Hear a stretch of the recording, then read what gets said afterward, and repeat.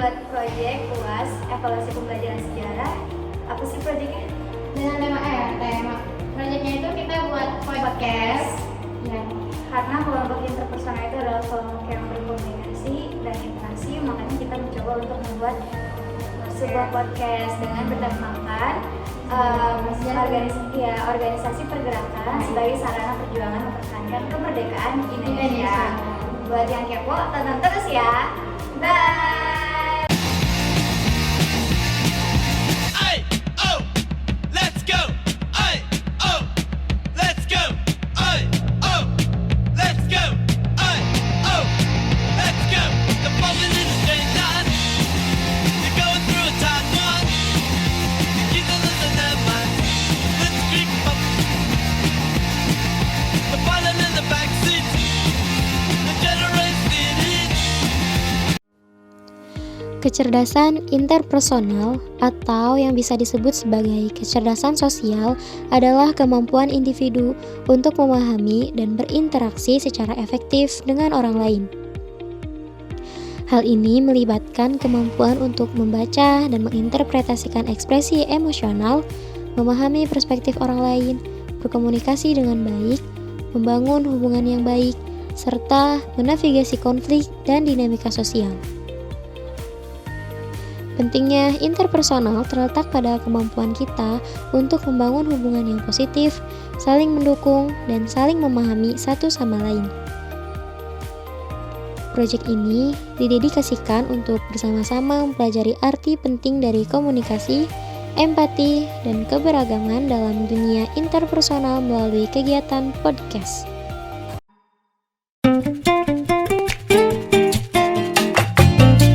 Halo teman-teman, kembali lagi di podcast Sejarah bersama saya Elda, Saya Melisa. dan kita kedatangan teman baru nih. Siapa? Ada Zahra dan Kang Hafiz. Boleh saya dulu kamera? Halo. Hai. Nah, Kak, Kang Hafiz, gimana nih kabarnya? Alhamdulillah. Sehat. Jadi Mel, Zahra sama Kang Hafiz tuh dua-duanya dari mahasiswa pendidikan sejarah, tapi Zahra masih S1 ya? Ya, Ya, kebetulan Kang Hafiz sudah mau S2, jadi kita bisa belajar banyak dari keduanya gitu. Nah sebelumnya aku mau nanya-nanya dulu nih tentang pengetahuan kalian, terus kenapa kalian tuh tertarik di sejarah gitu. Dari Zahra dulu gimana? Aku sendiri sih tertarik di sejarah karena apa ya? Sejarah tuh inti dari semua inti gitu. Ya. Karena kan segala sesuatu kan pasti ada apa ya? Ada Sebabnya. awalnya gitu, ada sebabnya gitu. Nggak ada itu di dunia ini tiba-tiba muncul sesuatu gitu, nggak mungkin gitu. Pasti ada asal usulnya dulu, dan menurut aku itu pondasi yang paling penting gitu. Makanya aku tertarik di sejarah. Kalau dari Kang Hafiz sendiri, kenapa nih sampai S2? Mau ngelanjutin lagi di S2? Kan capek ya, S1 aja udah capek gitu. Ya betul. Kenapa gitu? Kalau misalkan alasan saya kenapa mengambil S2 itu, sebenarnya saya tertarik pada bagaimana tokoh-tokoh pahlawan nasional seperti itu yang melawan penjajah, seperti yang dikatakan oleh Bu Ustadz kita ini ya, Ya, Insyaallah. bahwa sejarah itu memiliki periodisasi yang dimana itu akan menentukan kita gitu, bagaimana kedepannya. Dengan sejarah itu kita akan melihat masa depan kita itu menjadi lebih baik seperti itu. Iya, betul sekali. mantap. Mungkin udah kayak langsung dikasih prolog ya Mel. Iya, betul. Kali ini emang kita mau ngebahas tentang apa sih Mel kira-kira? Nah, kira-kira kalau buat pembahasan yang menarik nih, kayaknya kita bisa nih ngebahas dua organisasi. Ada organisasi Budi Utomo sama Serikat Serikat Islam. Islam, betul. Ya. Bagus. Soalnya saya suka nih sama sejarah pergerakan. betul. Kan organisasi gitu Iya. kan. Ya, apalagi Budi Utomo sama Serikat Islam. Ya. Menarik. Boleh nih ya, kita langsung mau bahas aja dari kalian berdua dulu nih. Ada yang mau berpendapat nggak tentang asal-usul atau awal berdirinya organisasi baik Budi Utomo atau Serikat Islam? Nah, di sini Pak Haji akan membahas sedikit mengenai Budi Utomo. Ya. Budi Utomo itu sebagai pelopor gerakan nasional. Tidak apa-apa kan saya di sini membahas sedikit. Nggak apa-apa. Nah. Silakan, Kang. Takutnya nggak boleh gitu. Nah, Budi Utomo itu sebagai suatu organisasi gerakan nasional yang dimana dipimpin oleh Sutomo dan mahasiswa Stopia. Mahasiswa Stopianya itu kalau tidak salah itu siapa ya? Dr. Wahidin Sujono. Nah, Dr. Oh, Wahidin dan lain sebagainya. Sofia tuh dari Budi Utomo Ya. kalau buat ini nih, sejarah berdirinya awal Budi Utomo tuh gimana tuh, Kang? Sejarah awal mulanya? Saya boleh ngejawab. Boleh. Barangkali gitu kan tadi nanya yang tahu Iya. gitu. Boleh. Gini, kalau dari yang aku pahami gitu ya, sepengetahuan saya, dari Budi Utomo sendiri ini tuh apa sih ya, latar belakangnya itu kan awalnya kondisi sosial ekonomi dan politik gitu ya yang di Indonesia. Itu tuh di sekitar abad 19 itu mengalami kayak krisis gitu. Iya. Banyak sekali konflik-konflik hal buruk di dalamnya gitu. Kayak contoh ada eksploitasi kolonial, terus munculnya politik etis, terus ada juga apa sih satunya, Kang? Politik apa? Politik liberal ya kalau Sorry, nggak itu masih zaman Belanda ya? Iya, itu iya. masih zaman kolonial ya kan ya, maksudnya. Nah, itu kan masyarakat Indonesia tuh diperbudak banget gitu kan sama kan? Jadi diperas banget gitu energinya itu gitu. Makanya keuntungannya kan cuman diambil sama pihak Belanda aja kan. Dibawa gitu ke Belanda istilahnya tuh keuntungannya. Ya masyarakat Indonesia ya udah gitu dapetnya tuh yang enggak enaknya aja. Cuma capeknya aja. Iya, capeknya aja gitu. Makanya kan kenapa orang-orang zaman dulu tuh istilahnya apa ya, kayak pengen bebas gitu, saya tuh pengen merdeka gitu, kenapa sih saya tuh harus jadi budak gitu ya kan, Langsung sadar kan berarti orang-orang sadar gitu zaman dulu tuh. Nah pas saat itu tuh ada satu sosok namanya tuh Bapak Dr. Wahidin Sudirohusodo yang tadi jelasin sama si Akang gitu disebutin. Nah itu tuh dia tuh apa ya, seorang mahasiswa kedokteran ya Kang ya kalau nggak salah di Stovia Jakarta itu. Nah dia tuh apa sih, melakukan sebuah propaganda gitu, karena mungkin greget gitu greget ya namanya pemuda gitu gimana ya gitu, melakukan propaganda keliling Jawa gitu buat menyuarakan gitu bahwa ayo gitu, tapi ke pemuda-pemuda gitu. Yang namanya pemuda kan biasanya tonggak peradaban kan. Ya udah ayo gitu, kita mulai menggerak apa sih, mulai bangkit istilahnya. Kita harus bangkit gitu, jangan diperbudak terus kayak gini gitu. Dan ketika dia menyuarakan hal tersebut, mahasiswa-mahasiswa yang ada pada saat itu, khususnya mahasiswa yang ada di Stovia gitu, itu tuh menyetujui hal tersebut gitu, dan akhirnya mereka mengembangkan lah gitu gerakan tersebut gitu, hingga akhirnya di tahun 1908 gitu dia tuh mulai mendirikan dan mendeklarasikan pendirian dari Budi Utomo sendiri gitu, tepatnya di tanggal 20 Mei tahun 1908. Mantap banget ya. Gila, panjang banget ya dari ulasannya gitu. Bisa Aku cuma tahu ini tahunnya aja. Terima pasang iklan, hubungi nomor di bawah sini ya. Kasih. banget ya Mel, tadi penjelasannya panjang banget, kayak pengetahuannya tuh langsung cus gitu. Jadi bisa dilihat juga ya kalau ternyata Dr. Wahidin itu keren banget ya, bisa menciptakan sebuah organisasi yang dimana organisasi itu menjadi penggerak dari organisasi lainnya, ya nggak sih? Kayak ya keren gitu. Sepertinya tadi sudah sangat jelas ya dijelaskan oleh Bu Jaka, tapi ada mungkin satu poin yang belum dibahas oleh Teh Jara ini, yaitu adanya Kongres Budi Utomo. Oh iya. Kongres Budi Utomo itu kan Budi Utomo itu kan pertama kali kongresnya itu tanggal 3 Oktober 1902 di Jogja. Ada 4 poin dari kongres tersebut. Yang pertama itu menyusun pengurus besar. Yang kedua itu kalau tidak salah menyusun ADART. Yang ketiga itu Budi Utomo hanya berada di Pulau Jawa dan hanya berada di Pulau Madura. Dan keempat itu menentukan siapa ketuanya Budi Utomo. Seperti yang tadi disebutkan oleh Bu Jahra, adanya Dr. Wahidin. Mungkin seperti itu, sedikit tambahan dari saya tentang Budi Utomo. Tadi nyambungnya kan poin ketiga kalau nggak salah ya, kalau Budi Utomo itu cuma di Jawa dan Madura. Nah aku tuh sempat baca dari artikelnya Prof. Dadang UPI, dulu kaprodi kita di sini, dia tuh buat penulisan gitu di artikel UPI itu, dan ada kata-kata beberapa orang berpendapat, dan ada juga dari Belanda yang namanya itu aku ingatnya Benda ya, sorry kalau lupa. Dia tuh bilang kalau misalnya Budi Utomo itu bukan penggerak dari organisasi apa ini namanya? Pergerakan nasional. Ya, soalnya dari awal Budi Utomo berdiri sendiri kan fokusnya cuma ke pendidikan gitu, nggak kayak Syarikat Islam yang langsung ke politik gitu. Jadi kayak nggak luas, apalagi itu tadi cuma di Jawa dan Madura. Nah, kalau kalian menanggapi pernyataan itu gimana? Setuju apa enggak? Jadi gini, kalau ngebahas sejarah tuh emang kita tuh nggak bisa jangan langsung percaya sama satu sisi doang gitu kan. Kadang kan emang ada unsur subjektifnya sendiri gitu kan. Tapi terkait hal ini emang saya juga pernah mendengar gitu ya. Kalau organisasi pergerakan nasional yang pertama itu tuh ada yang bilang emang bukan Budi Utomo, Iya. tapi Syarikat Islam. Kenapa? Alasannya tuh karena Syarikat Islam itu enggak gini, penggagas dari pergerakan itu sendiri gitu. Itu tuh sebenarnya dari Syarikat Islam gitu. Iya. Nah, Syarikat Islam tuh udah mulai punya pikiran buat bergerak itu di tahun 1913 gitu. Sedangkan Budi Utomo itu tuh baru ada kepikiran buat bergerak itu tuh di tahun 1930-an gitu. Jadi terkait siapa organisasi pertama di pergerakan nasional, mungkin umumnya sekarang kita tahunya Budi Utomo gitu kan. Tapi kita nggak pernah tahu kan fakta nyata yang sebenarnya itu siapa gitu, karena emang banyak simpang siurnya kayak gini ya. Ya mungkin untuk sekarang mah kita cari dulu gitu sebenarnya emang siapa sih gitu. Tapi sebenarnya unsur terpenting dari pergerakan itu bukan siapa yang menjadi Siapa yang pertama, duluan ya, tapi bagaimana tapi akhirnya hasil proses perjuangannya itu kan gitu. Masalah siapa yang pertama ya udah sih, mau Budi Utomo ataupun mau Syarikat Islam, keduanya itu ya sama-sama penting sih kata aku gitu. Nggak ada yang nggak ada yang perlu diunggulkan saya dulu Budi Utomo gitu. Enggak, Syarikat Islam ya udah sih, kenapa nggak terima aja gitu. Dan ya udah yang pilih Budi Utomo ya udah Budi Utomo, yang pilih Syarikat Islam ya udah Syarikat Islam gitu. Toh semuanya juga kan punya alasannya masing-masing. Iya, Betul. iya. Iya. Kalau dari Akang gimana nih Kang? Aduh, saya sih cuma akan membahas sedikit ya mengenai siapa sih yang duluan. Jadi gini, seorang sejarawan itu pasti mempunyai interpretasinya masing-masing.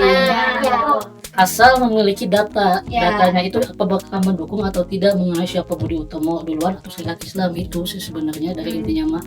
Asalkan mempunyai data, mempunyai faktanya, toh tidak akan merubah bahwa pendidikan itu memang harus dijalankan, mungkin seperti itu sih tambahan dari saya mah. Keren dua-duanya Mel. Kayaknya pembahasan Budi Utomo itu udah kompleks banget ya. Pada intinya ya jangan siapa duluan, tapi kita lihat perjuangannya gitu ya. Nah tadi kan udah banyak ya Mel ngebahas tentang Budi Utomo, kayak Mungkin selanjutnya kita masuk ke pembahasan selanjutnya kali ya. iya ke Syarikat Islam kali ya. Di sini siapa duluan nih yang mau menjelaskan? Syarikat Islam. Silahkan duluan. Iya. Apakah harus saya? Iya. Boleh, silakan. Oke, terkait dari Syarikat Islam tadi ya. Sepengetahuan saya sih, Syarikat Islam itu didirikan oleh Bapak Haji Samanhudi di tanggal berapa ya? Bentar. Kalau nggak salah 16 Oktober 1905 gitu.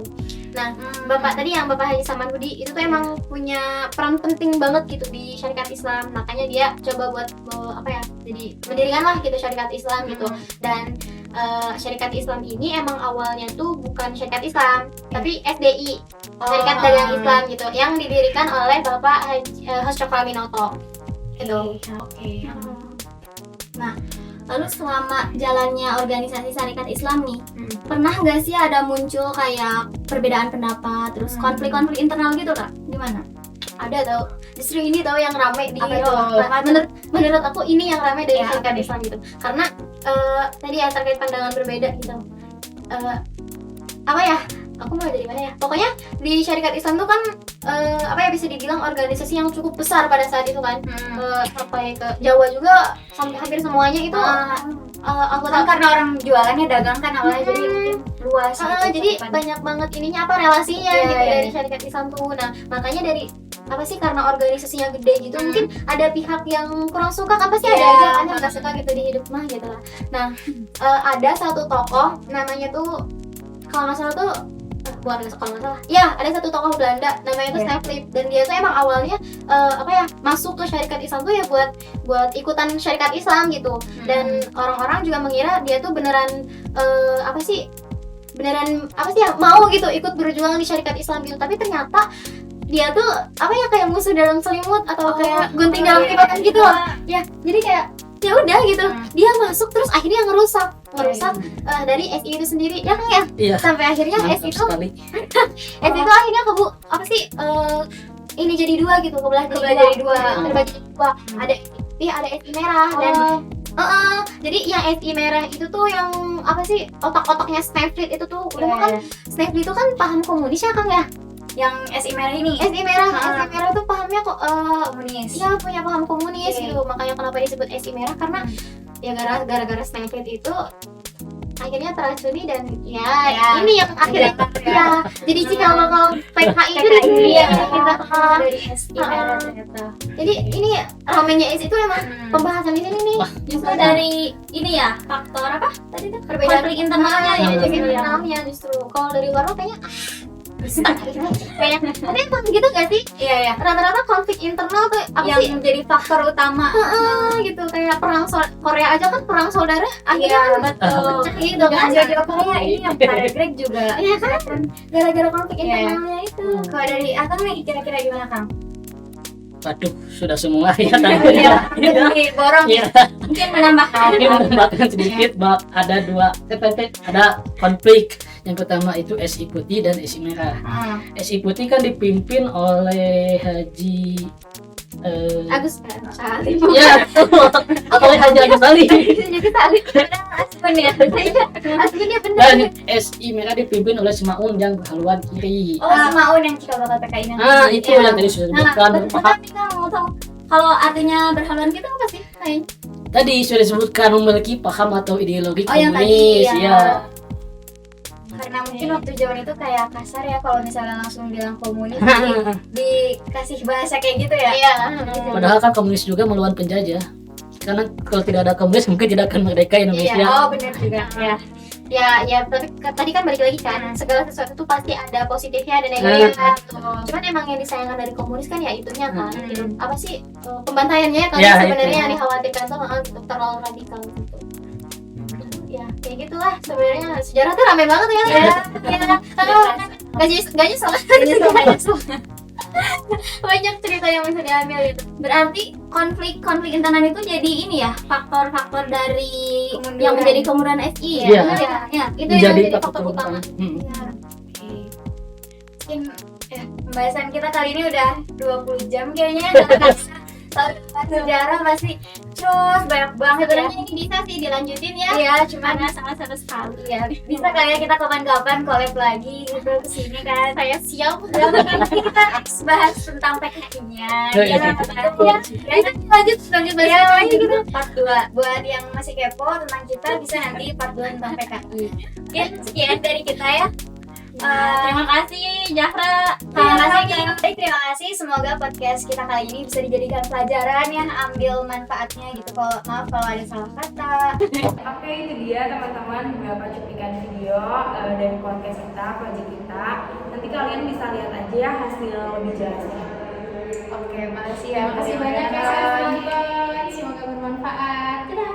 Terima kasih ya, Val. Assalamualaikum Warahmatullahi wabarakatuh. Terima kasih. Elda, halo. Hai Mel. Aku mau nanya nih pengalaman kamu selama mengikuti perkuliahan evaluasi pembelajaran. Oh, aduh, evaluasi pembelajaran ya. Evaluasi pembelajaran tuh menurut aku kelas yang bikin aku jadi rajin gitu ya. Karena untuk matkul-matkul lain, kayaknya aku nggak seserius itu gitu. Maksudnya kenapa kayak setiap mau kelas evaluasi aku harus ada gitu, seenggaknya pengetahuan tentang apapun itu. Kayak gitu sih Mel. Dan menarik banget ya setiap kelasnya tuh, kelas kita jadi tiba-tiba rame dan kompak gitu. Kalau menurut kamu nih, kelebihan dan kekurangan dari mata kuliah evaluasi pembelajaran itu apa? Kelebihannya sih ya jadi banyak kelebihannya. Aku jadi tadi kan lebih rajin gitu ya. Terus apa ya, kayak ternyata matkul evaluasi itu emang benar-benar bagus banget untuk kita nantinya untuk menjadi pendidik gitu, karena kan tahu membuat soal itu kayak gimana, terus buat kisi-kisi itu kayak gimana, dan menilai khususnya itu kayak gimana. Cuman menurut aku pribadi ya, kekurangan dari evaluasi pembelajaran sendiri selama pembelajaran ini, menurut aku ngerasanya evaluasi pembelajaran di aku tuh apa ya, kayak selama ini aku nangkepnya itu kurang dalam pembuatan soal gitu. El, kalau buat nilai nih di evaluasi, kamu mau nilai berapa sih? Waduh, kalau misalnya nilai nggak munafik ya mau nilai A, tapi sadar diri gitu. Aku ngerasa nggak pantas banget untuk dapat nilai A di matkul evaluasi pembelajaran ini, yang dimana 3 SKS dan kayak nggak deserve gitu. Makanya kalau misalnya aku B+ juga udah bahagia, tapi kalau misalnya Amin lebih bahagia nggak sih? Udah segitu kali Mal. El, kalau buat kesan dan pesan selama membuat project evaluasi pembelajaran, yang gimana? Project kita kan tentang interpersonal ya, dimana buat podcast jujur kita kan kelompok interpersonal, di mana kelompok interpersonal itu kelompok yang komunikasinya bagus gitu, terus interaksi dengan orang-orangnya. Tapi saya merasakan kelompok saya itu kebalik dengan kelompok intrapersonal. Ini mungkin emang suatu kesalahan dari kitanya sendiri, dan kitanya sendiri pun merasa kayaknya kita nggak cocok deh di kelompok ini gitu. Tapi untuk buat proyeknya mah seru banget karena kita jadi belajar naskah juga kayak zaman SMA lagi, karena kan ini juga proyeknya untuk anak SMA ya. Dan apa ya, kayak iya seru banget gitu untuk buat proyeknya, tapi riwahnya mah pasti banyak, kayak tiba-tiba apalagi buat rubrik itu ribet banget sama format penilaian sama asesmen yang gitu-gitu, tapi selebihnya mah seru. Mel, sih mau nanya dong, pengalamannya selama buat project eval kayak gimana? Kalau buat project sendiri, pertama kali dapat info gitu ada project kelompok, seneng tapi bingung juga sih. Senengnya karena itu tandanya mata kuliah evaluasi udah mau beres kan, kita udah mau libur gitu. Tapi bingungnya tuh ya projectnya gitu, mau ngambil project apaan gitu, karena kita dari interpersonal, bingung juga, terus takut salah juga gitu ambil projectnya. Oke, kalau pengalaman selama mengikuti perkuliahan evaluasinya gimana? Sebenarnya senang-senang aja sih, menarik, cuman ya gitu tiap pertemuannya suka deg-degan gitu setiap jam 1, aduh ini bakal gimana ya gitu perkuliahannya. Tapi ya karena matkul evaluasi ini matkul yang cukup berat sama penting juga, alhamdulillah sih bisa dijalani dengan baik. Kalau saran dan perbaikan untuk matkul evaluasi ada nggak? Kalau buat sarannya sih, aku sebenarnya pengen jadi si pelajaran atau materinya tuh lebih kompleks lagi gitu ya. Soalnya aku lihat ada perbedaan banget gitu antara di kelas A sama kelas B, apalagi kalau katanya gitu, kalau matkul evaluasi itu kan yang istilahnya yang dipelajari, yang benar-benar diasah itu kan tentang pembuatan soal ya, buat nanti kalau kita jadi guru. Tapi kalau buat sekarang aku nggak ngerasain hal itu. Oke, kalau nilai kira-kira mau berapa nilainya nih? Kalau ditanya nilai, pastinya semua orang pasti mau nilai A ya. Tapi aku lihat juga kemampuan aku sama selama pembelajaran evaluasi aku gimana, dan kayaknya aku mau nilai B aja deh, kayaknya itu udah cukup. Kak, Isi mau nanya dong tentang pengalamannya selama project evaluasi gimana? Project evaluasi ya? Ya. Oke. Ini kameranya. Oke. Ya. Jadi untuk project evaluasi sendiri, kebetulan kan kita dapetnya kelompok interpersonal ya, dan aku merasa sejauh ini ya itu emang passion aku di situ gitu. Aku nggak ngerasa keberatan dan aku merasa cocok berada di kelompok interpersonal gitu. Dan untuk project-project sendiri, ini merupakan pengalaman pertama bagi aku mungkin ya, karena beda dari yang lain gitu. Biasanya kan orang project UAS bikin video cukup video, bikin apa atau apa gitu kan, presentasi segala macam. Kalau ini kan luar biasa keren sih ya, kita bikin rancangan tugas dan di sisi lain kita yang harus mengerjakan tugas itu sendiri gitu. Kalau pengalaman selama mengikuti perkuliahan evalnya gimana, Ra? Mengikuti perkuliahan eval. Oh ya. Jadi untuk matkul eval sendiri, aku excited banget ya.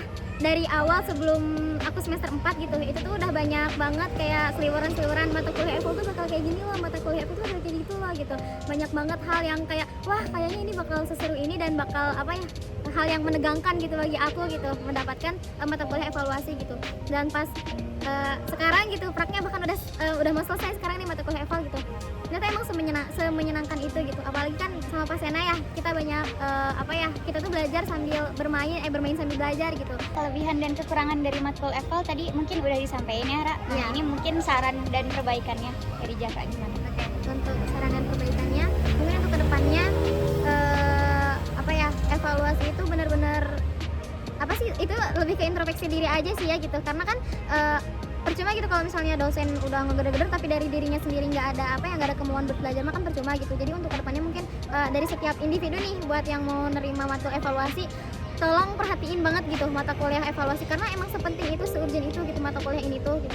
Karena kan itu kedepannya ya buat mengevaluasi pembelajaran siswa di sekolah gitu. Kalau misalnya evaluasinya jelek kan percuma gitu.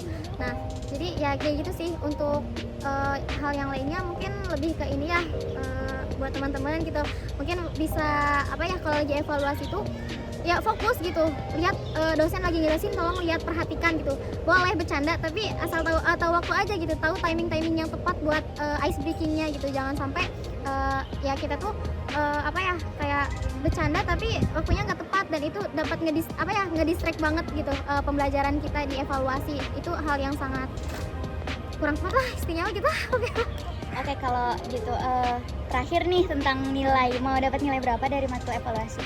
Waktu evaluasi mungkin semua orang yang pengen dapat nilai yang terbaik lah ya buat mata kuliahnya gitu. Kalau dari aku sendiri sih pengennya dapat nilai B atau B+ gitu. Kalau yang lain pengen yang A, silahkan aja gitu, karena aku ngerasa belum seperfect itu buat belajar di evaluasi gitu. Aku belum seserius itu, aku masih banyak hal yang mesti perbaiki. Jadi mungkin untuk nilai yang ingin aku dapatkan antara B atau B+. Kan mau nanya nih tentang Ya, ada apa? mau nanya tentang pengalaman selama membuat proyek evaluasi kayak gimana sih? Kalau pengalaman saya selama membuat proyek evaluasi cukup sulit dan cukup menyenangkan ya, karena di dalam membuat video itu ada beberapa fase yang dimana harus melalui naskah, editing, video dan lain sebagainya. Itu sih mungkin kalau yang kayak gitu mah. Kalau misalnya pengalaman selama mengikuti matkul evaluasi gimana Kang? Kalau pengalaman selama mengikuti matkul evaluasi, karena saya mahasiswa S2 yang ngambil ambulan pertama kali itu ya cukup tegang ya, karena datang kok gak pada kenal gitu kan, karena mahasiswa S1. Tetapi selanjutnya cukup menyenangkan karena mahasiswa S1-nya itu banyak yang aktif, dan saya juga termotivasi ingin mengetahui tentang evaluasi pembelajaran singkat tersebut. Kalau kelebihan dan kekurangan dari matkul evaluasi gimana Kang? Dari segi kelebihan, mungkin matkul evaluasi itu mengajarkan kita bagaimana tata cara mendidik siswa tersebut agar menjadi lebih baik. Kalau kekurangannya itu mungkin karena saya mahasiswa S2, jadi tidak banyak itu memahami tentang evaluasi tersebut. Kalau saran dan perbaikan untuk mata kuliah evaluasi menurut Akang? Saran dan perbaikan mata evaluasi, kalau menurut saya tidak ada sih. Kalau nilai ini Kang, gimana nilainya, mau dapat nilai berapa kira-kira? Kalau nilai, saya mungkin menginginkan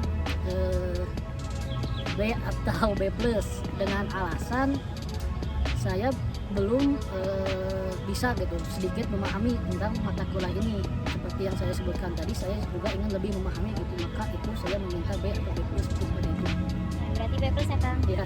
Makasih ya Kang. Iya, sama-sama. Pan. Ini sih mau nanya dong, pengalaman selama membuat proyek evaluasi itu kayak gimana sih? Seru sih, selebihnya tuh kalau buat aku sendiri project sekarang tuh sebenarnya banyak banget tenaga ya. Selebihnya aku kan cuma ngikutin, cuman untungnya dapat teman-teman yang support terus. Itu salah satu hal yang bikin serunya. Ya selebihnya gampang-gampang susah sih. Oke, kalau pengalaman selama mengikuti perkuliahan evalnya gimana?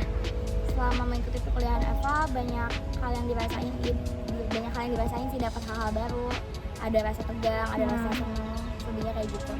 Oke, kalau dari Pani sendiri ada saran dan perbaikan nggak untuk matkul evaluasi? Karena aku gak begitu mengikuti, maksudnya gak seserius itu juga, jadi aku gak bisa ngasih saran dan atau harus gimananya sih kan. Oke, kalau nilai nih, kira-kira nilainya berapa sih Maunya maunya? yang terbaik aja deh. Oke, kalau dari range A sampai C gitu mau berapa? Ya berharap bisa dinilai B, cuman selebihnya dibalikin lagi atas kemampuan aku aja. Amin, semoga ya. Ya. Good luck Pan, terima kasih. Ya.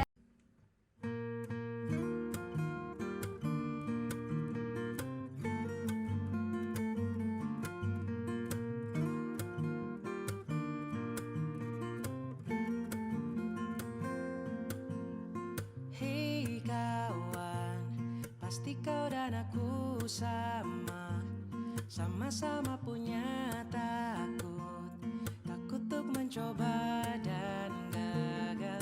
Tapi hei kawan, pasti kau dan aku sama-sama punya mimpi untuk menjadi berarti, karena harus kita taklukkan